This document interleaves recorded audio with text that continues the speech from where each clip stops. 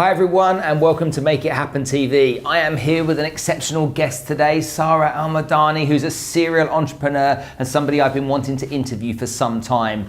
I'm going to be throwing her some real challenging questions today as we start to learn about the woman behind this entrepreneur facade that sometimes we see and see what her thoughts are and how she can help you understand better what you need to do to become better in business, more successful, find some tips and some tricks and some ideas that she has. But rest assured, this is going to be quite an intense interview for sure. We've already started it before the camera even came rolling. And first of all, I want to say thanks for coming to the show. Thank you for having me. I'm so excited. I know that many times, as I said earlier, many times people get interviewed, and my audience in particular as well, agree with me that there's just a lot of this kind of cardboard interviewing that takes place where people really don't know the real person and what's really going on. So it's hopefully commercialized basically. Yeah, you're right. So hopefully you won't mind this afternoon if I kind of dig deep a little bit with you. Dig as deep as you want. Okay. I'm an open book. Excellent stuff. So Emirati, half Bahraini. Half Bahraini, half Emirati. Yeah. Okay, I didn't know that. Yeah. And you've been Surprise. And so you've been in Dubai all of your life? Or? Yeah, all my life. Okay, and so do some of your family live in Bahrain still? Yeah. Okay, you've got a son? Yes. How old is your son? 2. 2 years old. So recently became a mum a couple of years ago. Yes. What's that like? How do you mix that kind of like being a business person plus being a mother? Is it easy? It's easy if you want it to be. I mean, whatever we feed our brains, whatever we tell ourselves, we do. So if I tell myself, no, I can't do it, I'll never do it. But if you tell yourself you can do it, you find a way, you can. It's very easy. And plus, my son goes with me everywhere I go. Meetings. I once gave a speech carrying him. And I told them, you want me? He comes with me. So, yeah. I mean, it's not easy, but it's not hard. It's doable. Do you think a lot of women hide behind that as a reason as to why they can't go out there and be successful in business because they're busy being a parent? Of course. Women, I mean, there is no reason for any woman not to be doing whatever she wants to do. But a lot of women do hide behind it because it's a comfort zone for them. They're comfortable. They're home. They have an excuse not to be doing so. And they look at it as an accomplishment. So, yeah, they do. A lot of women do that. I know that if I was to ask you a question about what's your greatest achievement so far in your life, I'm sure that your son is going to be on that list somewhere close to the top, if not at the top. At the top. Okay, so if I can just park him aside, apart from him, when you look at your business career, okay, I know that you've done various things along the way. Some of them I'm sure you were very passionate about, and some of them were just business ideas, and your entrepreneurial flair enabled you to get involved. What do you think you've done that has been, for you, the most challenging and also the most rewarding? Well, the thing is, if I'm gonna just speak about what I have done that was rewarding for me, it's basically just accomplishing every goal and dream I had in mind. But my biggest accomplishment was because in 2013, I lost everything I had. I had 0 in my bank account. I lost everything. I had nothing, no company, no nothing. So I had to start from 0 all over again. So instead of giving up and going back to my parents and saying, hey, I failed, or relying on the government to solve whatever problem I've actually stood up and dusted myself up and started all over again, which made me feel so good because when you start something from 0 to the top and you have the leadership skills, so you know how to serve, you can start it all over again. It's like knowing the ingredients to something. You just take them and cook them all over again. Okay, so tell me, how did you fail? This is something a lot of entrepreneurs do, and which is having contracts that are not safe between partners. And especially women do that a lot, not men, because we're emotional. So when we meet. No, trust me, plenty of men do it too. They do, because what we do is we go like, hey, we're friends, we don't need contracts, or let's just do them at home, But no, you need to invest in a lawyer. It costs a lot of money, but it will save you from a lot of things. So that's something I didn't do, and ended up, hitting rock bottom. So you basically got involved in contracts that you put together that were based around handshakes more than they were based around finer legal details. Yes. And they came to bite you on the bum afterwards. Of course. And did the other people involved as well suffer because of that? Or No. did somebody take advantage of you? They took advantage. Okay. Yeah. So was that naivety in business for you? Like, because you were learning and growing, the mistakes that Because I've heard this a lot. Yeah. You're not the first person to say it. I think it was being naive in business and as a person as well, because I'm a very kind, generous, giving person, which will not change, because I should not let anybody change how I am, because it takes a lot of energy and power to become that, to be a kind person. But it's so easy to be a person who doesn't care. So I will not change that, but now I'm just more careful about who I choose to give that part of my personality to. But I was naive in business as well. It was my first business, and Spencer, I've started this business when I was 15. So, learning throughout the way and all that, it was a learning process. And yes, I did lose all the money I've made in these like 11, 12 years. All the net profit was gone, but who cares? Money comes and goes in the end, right? The most important thing is to learn, because I need to survive. Yeah, but you say that. I see a lot of people go through this type of experience. For me, you got paid a huge amount in education that you would never have been able to learn at university. Oh hell yeah! That experience. When you think about it, that experience would have paid you huge amounts. I have a quote I always tell people about. Failing is expensive, but so is education. They're both expensive. You both pay for both, right? Yeah. And I sometimes people feel sorry for what I've been through, but I laugh about it because I've learned so much, Spencer. Honestly, I've never knew how strong I can be on my own if I haven't been through that. Yeah. Yeah, I agree with that. So you go through that journey, you realize you've made a lot of bad mistakes, you then get the punishment, I suppose, and the pain of those decisions that you made. Did it send you into a depression? Did it send you into a dark place for a long period of time? Did you recover from it quickly? What was it like? Honestly, there was no depression in terms of financials. It's not that I come from a medium family, okay? And when I started my business when I was 15, I financially cut myself off my parents. And I used to work like side jobs. I even did promotion. I sold Coke in the mall without my parents knowing, because it was against like our culture as locals. So I've done so many things to get money, and I'm not ashamed. I've even sold electronics at a certain point of my life, just to get the money, the capital to start. So for me, money was, I never had that desire for money to live that luxury lifestyle and to go shopping and all that. So when I lost the money, it wasn't a big deal. What hurted me the most was the relationship. Like the person that did that to me, like how could someone do that, to someone? So that took me into a depression of 2 years, but then I had to slap myself up, and I was like, hey, you know what? No one's gonna pay your bills, no one's gonna help you, even if people advise you, no one's gonna change anything. You're the change in your life. And I had to get up all over again and start. Do you trust people less because of that? Oh no. That's like saying, I had a car accident, I'm never driving. Of course I trust people, but now I know who to choose and how to trust, basically. Okay. So going from that experience, going all the way to rock bottom, after being in a place where I suppose you kind of felt pretty cool about yourself along the way, and you were pleased with the performance of the business, and you had some status attached to it because you were successful. Going then down to that real low level, where does the fire, people sometimes say, if you put somebody in a corner, they're either going to curl up and die or they're going to come out punching. Yeah. You clearly reacted by coming out punching. But did you stay in the same industry, or did you go into a different industry? Well, first of all, I'm a hustler. So nothing can beat me down. Like, you know what I mean? When I got up again, I started in the same industry. But then later on, I was like, hey, I'm sure God did not create me just to be a fashion designer, right? I must have other talents. And this is where I went on a journey, and I traveled and I searched for my passion, and I honestly invested a lot of time into like taking the steering wheel away from my fears and driving that car alone. And I just drove towards a direction and discovered that I have a lot of other talents in just fashion.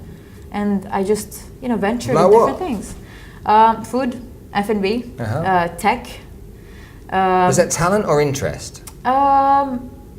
You see, the thing is, you don't know if it's talent or not yet, because I just ventured in it. I might discover halfway through that, hey, I got a talent in this, but I'm sure I don't have a talent in F&B. I can barely cook eggs, and I'm sure if I cook eggs, you'd die. Yeah, do you have insurance? I've got a wife like that. So yeah, definitely no talent.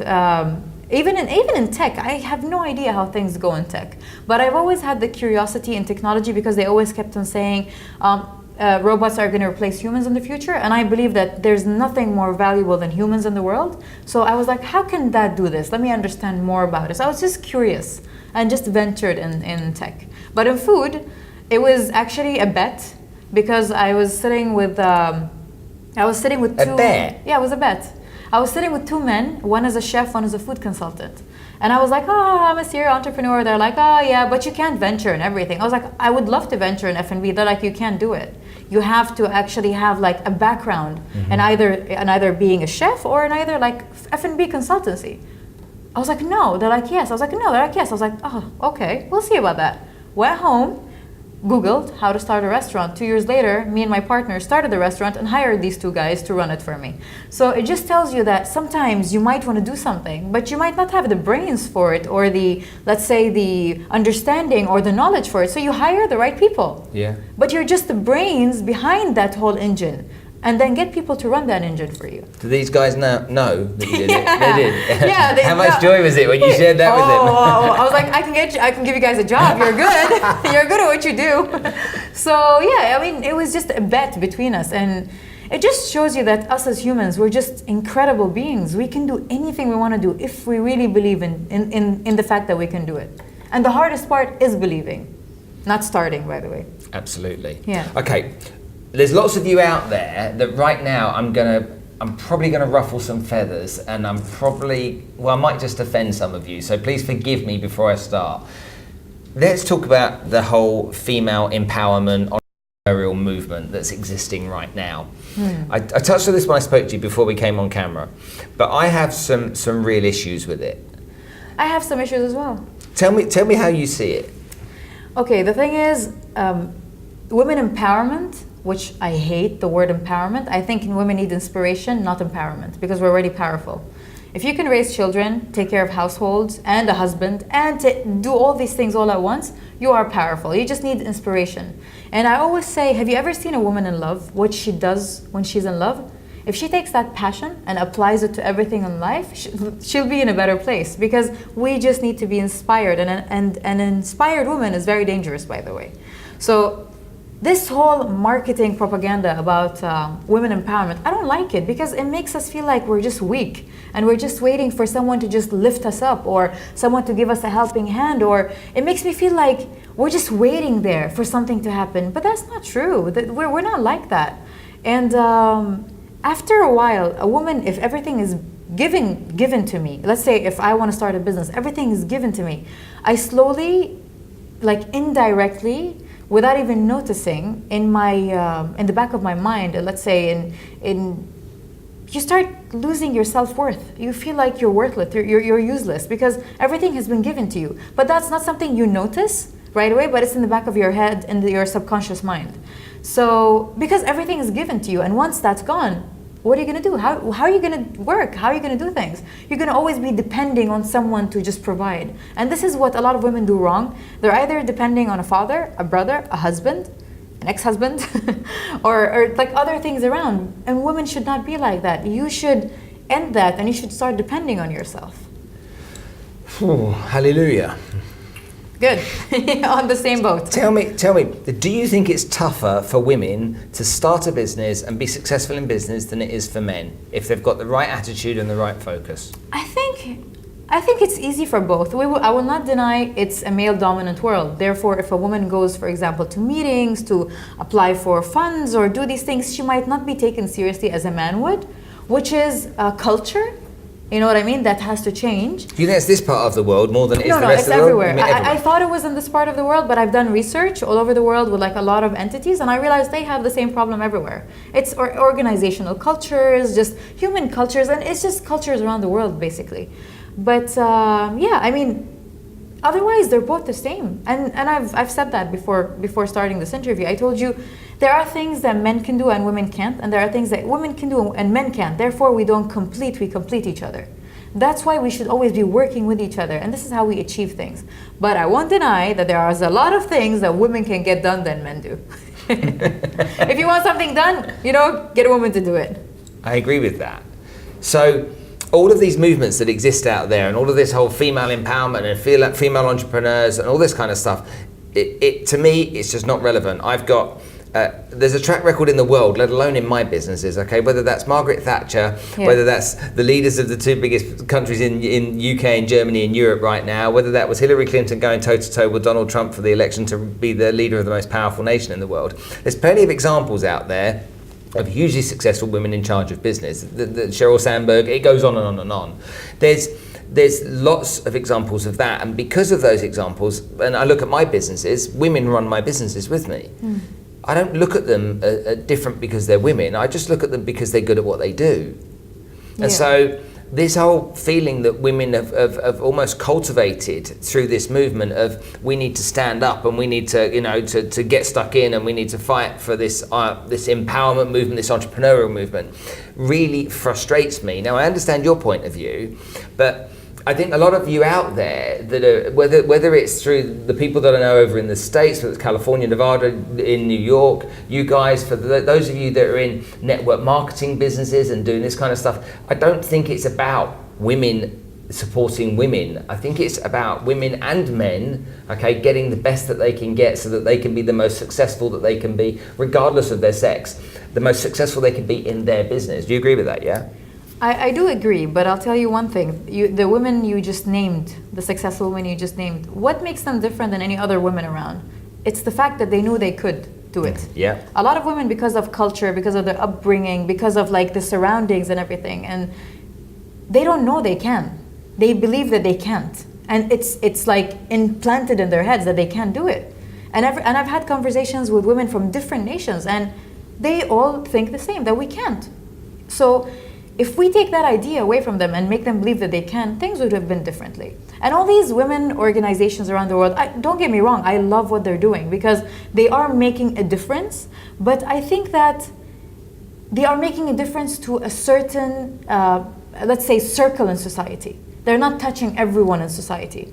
That's because, let's say if there's a foundation that tells women, you can do it, we'll give you the funds, we'll do everything for you. And then let's say you're the president of the country and you say, I am all into women empowerment, do it. And the country is supporting women and everyone is supporting women. But then when she goes back home, her mom and dad tell her, no, you belong at home. A woman doesn't go out. A woman doesn't do this. So everything we've done outside is just destroyed just by her going back home. So it all starts with your upbringing. That's why we need to enlighten and teach people about how to raise their kids, about how to treat their sisters, how to treat their wives, how to raise children of the future, that women can do things and men should respect that from while they're young.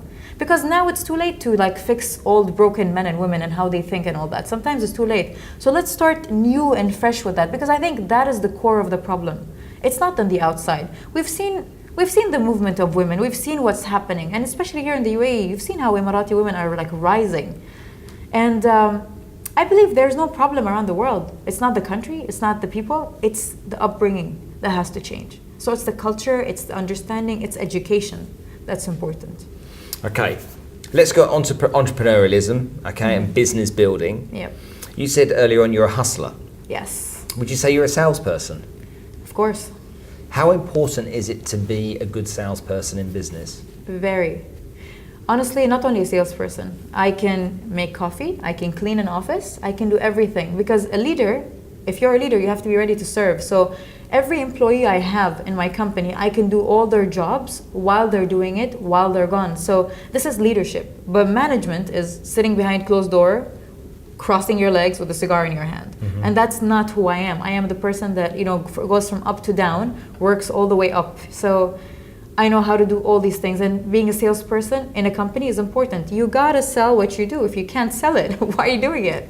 If you don't believe in it, how are you gonna, and to sell it, you gotta believe in it as well. So how are you gonna convince people to do or get something if you can't convince them to do it yourself? You know what I mean? And if you have people doing that for you. So it is very important. You might never do it, you might never be out there doing it with people, but you need to know how to do it.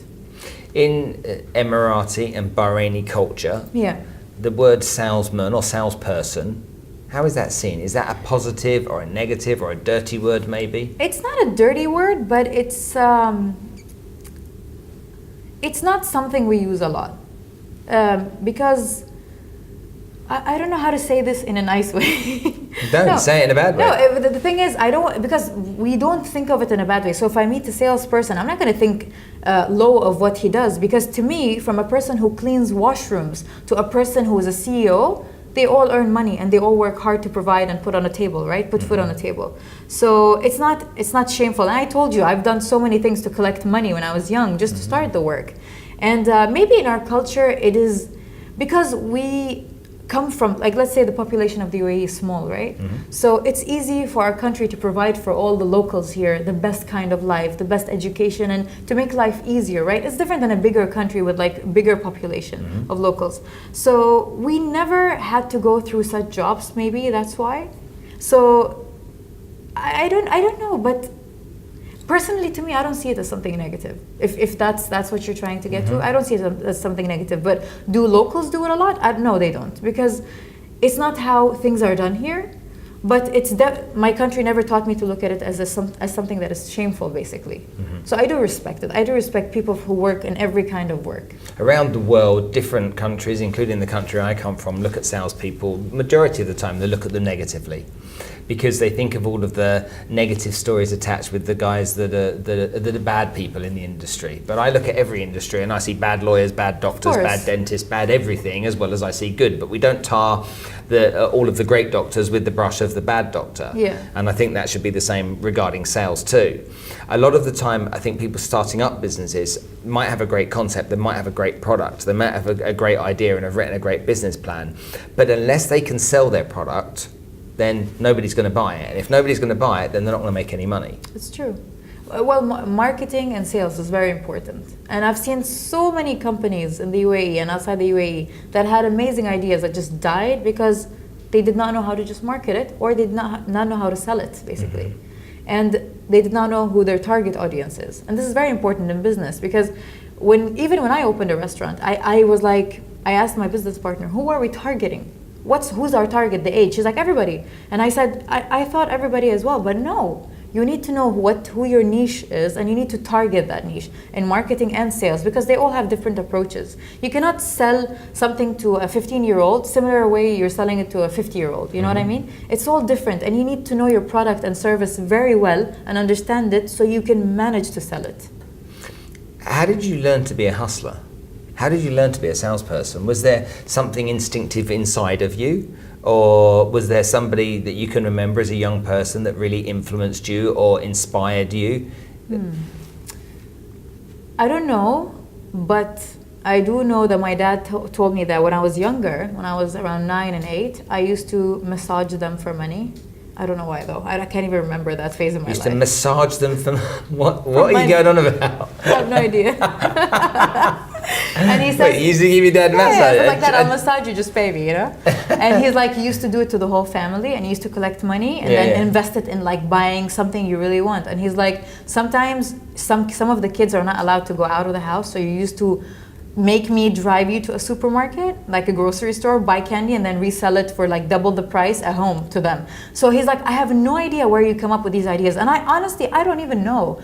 But if you're trying to ask me, do these things kick in? Are you born a leader? Are you born a salesperson? Are you born an entrepreneur? I believe that you might actually be, it's true. It's not something you learn easily. It's something you have to have in you as well. It's definitely, the skills can be improved with learning. But to be a hustler, it's something you're born with. And you can't find out that about yourself unless you're put in a situation where you have to hustle. And that's what happened to me. I never, in 1,000 years, thought that Sara, the one that was raised, you know, the way that I was raised, would be a hustler one day. But until I was dropped at rock bottom, and until like the day when I was 15 and I was like, Dad, I don't want any money. And he's like, fine, go get your money. And I had to hustle, and I had to do things that I thought weren't even allowed for me to do, like walking in the mall and selling Cokes in supermarkets and all that, promoting. And it's not in our culture, you know? And I found out, hey, you know what? I can survive. If somebody throws me somewhere, I'm a survivor. I'm a hustler. And that's where I found out that I am one. I've seen people who were the same, raised the same, thrown in the same situation, collapsed. They couldn't do it. They actually went into a depression, and they had to get things fixed and helped. So being a hustler is something you're born with, definitely. Okay. You don't like that? It's not that I don't like it. So let's say let's say I wasn't a hustler, Yeah. and I want to start a business. I want to be successful, and I don't have what you say is some form of natural gene pool within me. How do I learn that? No, see, you don't have to be a hustler to be a business person. You can be a very smart entrepreneur with a very sharp goal and vision and very good at what you do. A hustler means that if you're left at any stage in your life with or without what you have, you can survive. If I take all your money away and I throw Spencer outside on the streets, Spencer can survive and Spencer will go back to being Spencer again. That's a hustler. But I've seen so many big businessmen that are not hustlers, but they're really smart at what they do. So it's not something you need, but definitely something you should have. So when you start a business from your home, as most people do, that starts from ground zero on day one, as far as I'm concerned, there's some important ingredients that are required for you to go and make a success of that business. And 9 times out of 10, that element of hustle is required. You've got to be able to get out of your chair, away from your desk, and you've got to go maybe and network with people. You've got to go and knock on doors. Mm-hmm. You've got to, whether you're looking for investment from a bank or a VC or an angel, or whether you're looking to sell your product. I was at a pitch fest, a business pitch fest in Las Vegas about 6 months ago for kids. Yeah. And I had kids pitching their business ideas from the age of 10 to the age of 14. It was brilliant. But every one of them had to work out where they were going to sell their product, who was going to buy it. And they had to work out if they needed finance. These 2 lads had this idea for laces, and they said, we need to raise $250. It was wonderful. So we need to raise $250, and they were the laces for baseball boots, baseball trainers, sneakers. And they're like, so we're going to approach Kobe O'Brien, or Kobe Bryant, whatever his name is. This big, so we're going to approach him, and he's going to be our brand ambassador. And it was like, the biggest basketball player is going to be your brand ambassador. Yeah. You need to raise $250 so you can make enough of them to sell. Yeah. When I watched what they were doing, for me it was really inspiring to see these, because no one had said to them this wasn't possible or it's not going to happen. They could do so. But I noticed nearly every small business that starts fails. Yes. And it fails invariably because they don't get money through the door or enough money through the door to keep the lights on. There's no cash flow, basically, Yeah, absolutely. And that cash flow could be solved if people just had the wherewithal to go and find it. Exactly. Rather than sitting at their desk waiting for it to come to them. No, it's true, because you know what you said? They were on stage talking about a very big celebrity, and they're just a bunch of kids. Having the guts to say what you want in front of these people and to believe in what you're saying, that's what a lot of entrepreneurs lack. And that's why their business dies, because I'll give you another example. There was a very smart business idea that was happening in Dubai. And the funny part is that the person was like, I need to be funded. And then the fund that he was supposed to get didn't work. I was like, why don't you try crowdfunding? And he was like, you want me to beg online for money and put my name and my business name? No way. And then they say it started out of a charity. How would a person with this mentality survive? And such a beautiful idea went, it just died in front of my eyes. I was like, dude, you just killed it. You just killed your whole vision because of your attitude. So you are right. That sucks, doesn't it? It kills. I was like, so it does suck. A lot of people lack that. And this is what kills a lot of entrepreneurs. What do you think are the biggest mistakes that people make when they start a business? What do they get wrong? Because most people fail. Yeah. So what are the biggest mistakes you've seen people make, or you've said one that you made yourself, which was making sure you dot your I's and cross your T's contractually. But what kind of everyday mistakes are people making, do you think? Not asking questions. A lot of people have ego when they start business, especially when they start small. And a lot of people try to start big while they should start small. So there's a lot of things. One is contracts. They don't know how to do them. Second thing is they don't do research. Although everything is available online, for God's sakes, that's how we open our restaurant. So third thing is they don't know how to manage their finances. Their business plans are not right. So they think they need, let's say 200K, they end up spending 500K. They could have saved that by just doing research and just asking. And a lot of people, I realize, don't ask, especially here in the UAE, in our culture, they don't ask. They feel like it's a weakness to ask. It's not. Mm-hmm. It's not. You are a student of life. You continuously learn every single day. And if you had a business and you had information that I can benefit from, I will sit with you. And yes, I will show you my weaknesses, and I would want you to help me. A lot of people don't do that. So that risk, that taking that step to just asking, networking, and talking, they don't do that. And that can save you. It saved me a lot. Networking taught me so much for my other businesses that I started. So there's nothing wrong with saying, hey, listen, I failed in doing this. How can I do it better? You've been there. It's a casual conversation, but a lot of people can't do that. Their tongue will not even spit those words, which is sad. Yeah, that's nuts, isn't it? It's sad. When you look at entrepreneurialism, do you find that there's people that get into it that really shouldn't have gone into it in the first place anyway? Of course, it's trending. Like, I'll give you a very simple example. The burger trend in the UAE. Heard about it? The burger trend? Everyone opened a burger store. Oh, okay, yes. And they were shut one by one, you know? It's because people are not searching for things they love to do, things they want to do, things they can do. They're not solving problems.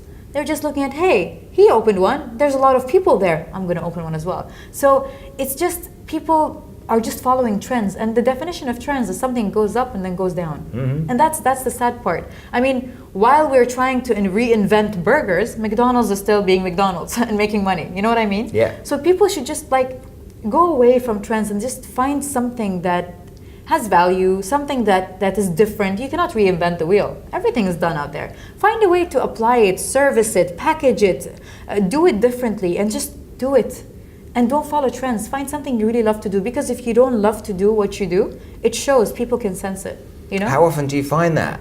People doing something they don't love. It's so obvious. It's like, to me, it's nuts. You hear this term, people talk about work-life balance, and I'm like, work-life balance is a load of rubbish. Thank you.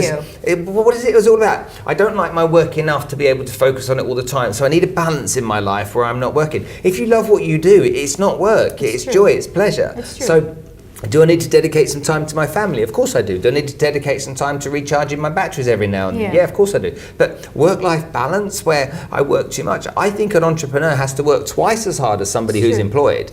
So your 40-hour week working for an organization, a corporate, then as an entrepreneur becomes an 80-hour week. Yeah. So what's going on there? You're dedicating even more time. But if you don't love what you do and you're not passionate about it, then where do you end? Yeah, well, this is what I realized, Spencer. I've sat with a lot of entrepreneurs and they were like, okay, so this business is making a lot of money, let's invest in it. You know, everyone's saying it's making a lot of money. Are you building your success based on other people's success stories? That's not how it works. And you should stop thinking of the money. Think of how to start the business first.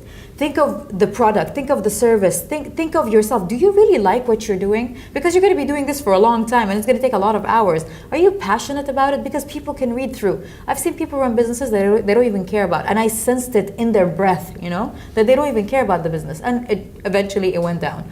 So I've noticed a lot of people doing this mistake, you know, and can you stop them? No. What you can do is just, you know, build awareness around it and just tell them that you need to really invest time into finding something you really like to do and love to do. And you're right, I hate when people tell me, as a woman, I've been attacked so many times by other women because I'm a single mom. So I've been attacked by a lot of other women saying, hey, you're always out, your son is always out with you, you're not a good mom. A good mom has to spend at least 40 to 50% of her time with her child. Who wrote that? Where is that book that says I have to spend 40 or 50% of my time with my child? There's no such thing. No. You create your own, you tailor your own balance based on how you live, based on what you do. If I give my son 10% of my time, that's good, because I'm working so hard to give my son a better life. And if I can spend 10% of my time with him, purely with him, good, it's good. And every woman and man should feel proud about the time they give to family or to work, because you're trying your best. You know, you're trying your best. And honestly, I've seen people who are home 90% of the time with family, doing nothing on their phone. While I've seen mothers who spend only like 2-3 hours a day with their family, but it's dedicated toward their family. So it's just about what you do and how you do it. It's not about the amount of percentage or time you put into it. This is just a bunch of, you know, crap to me. It just doesn't work. You create your own balance, and there's no set balance for everyone. I couldn't agree with you more. Yeah. I could sit and talk to you for hours. I know. I could spend the whole afternoon. We can get some lunch and talk some more. I love it. Maybe we can get you back to come and join us on the show again, and we can just develop a little bit more. You should. Definitely. As you can see, Sara is an entrepreneur. She's successful, very passionate about what she feels and how she believes the business should be and how people should be in business. She's made lots of mistakes herself, gone to rock bottom too. But On the back of that, she grew, she developed, and she went further, and now she's building herself a successful business empire. If you'd like to learn more about what Sara does, then by all means click on the links below. We'll make sure we send them to you. But for now, think about what you're doing and see if you are doing what this lady is doing. She's getting out there and making it happen, and you could too. Thanks guys, we'll see you soon. I hope you enjoyed watching this video as much as I enjoyed making it. If you'd like to see more videos in the series, click here and you'll see some more. But if you click here and subscribe, you'll see everything that I do, all the videos, all the content, great value stuff, which I hope you enjoy, making sure that you make it happen.